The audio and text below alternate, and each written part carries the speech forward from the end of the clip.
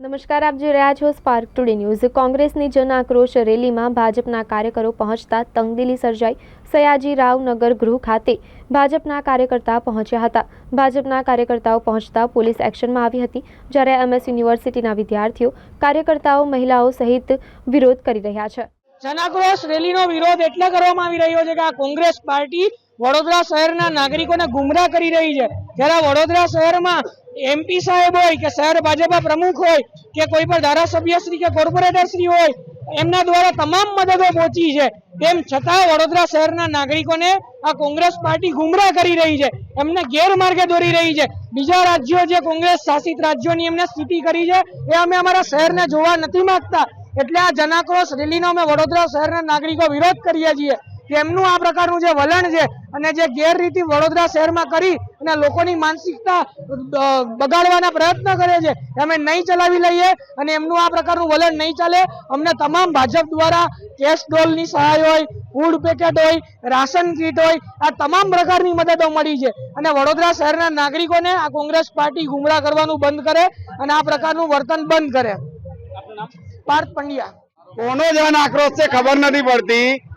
કોંગ્રેસ તો 30 વર્ષથી વડોદરાની અને ગુજરાતની જનતાનો જન આક્રોશ સાંભળી જ રહી છે ને સહન કરી જ રહી છે, પણ આજની તારીખમાં રોડ પર વડોદરાની પ્રજાને ગેરમાર્ગે દોરવા માટે જન આક્રોશ કરી રહ્યા છે।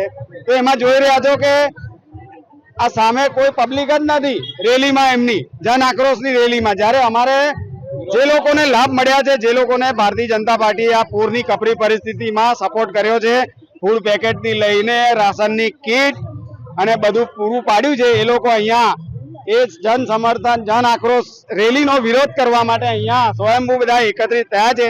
આ મકરપુરા, માણેજા એ સિવાય આખા વડોદરાના લોકો અહીંયા ભેગા થયા છે અને જન આક્રોશ રેલી જે કોંગ્રેસ આયોજન કરી રહી છે એનો સખત વિરોધ કરી રહી છે। અનિલ બહેરી।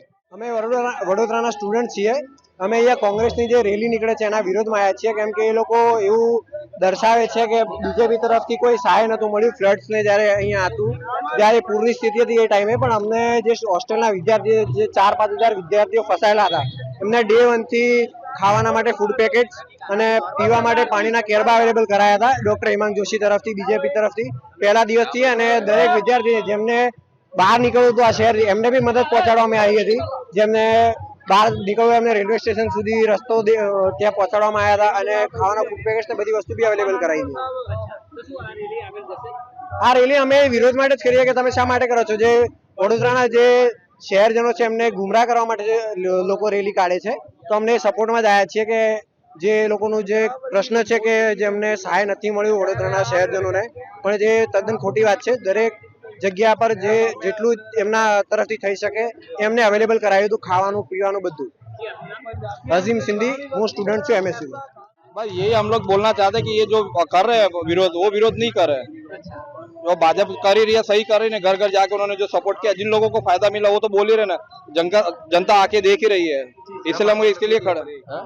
જ્યારે વડોદરાના પ્રશ્નોને લઈને જ્યારે કોંગ્રેસ પક્ષ અને સાથે યુવક કોંગ્રેસ અને NSY જ્યારે લોકોની વચ્ચે જે વડોદરાને જે પૂરમાં જે ભાજપ સરકારે જે ભાજપની અહીંયા ઓથોરિટી છે, જે મ્યુનિસિપાલિટી છે, તેના દ્વારા જે વડોદરાની પ્રજાને જે નુકસાન ભોગવવું પડ્યું હતું તેને ધ્યાનમાં લઈને આજે કોંગ્રેસ પક્ષના આગેવાનો જે રીતે લોકો વચ્ચે રહીને એમનો અવાજ ઉઠાવીને જ્યારે લોકોની વચ્ચે તેમની સમસ્યાઓનું નિરાકરણ માટે જ્યારે અવાજ ઉઠાવતા હોય, ત્યારે ભાજપના જે લોકો છે, જે ભાજપની પાંખ છે, જે યુવા મોરચા છે, તે આજે ક્યાંક ને ક્યાંક કોંગ્રેસનો વિરોધ પ્રદર્શન કરી રહી છે। પણ જનતા સારી રીતે સમજે છે કે કઈ રીતનું વડોદરામાં જે પૂર આવ્યું છે એ કોઈક આફત, એ કુદરતી આફત નથી, એ ભાજપ સર્જિત આફત હતી। તેના કારણે આ વડોદરામાં જે પૂર છે તે ભોગ જે વડોદરાના વાસીઓ છે તેમને ભોગ બનવું પડ્યું છે।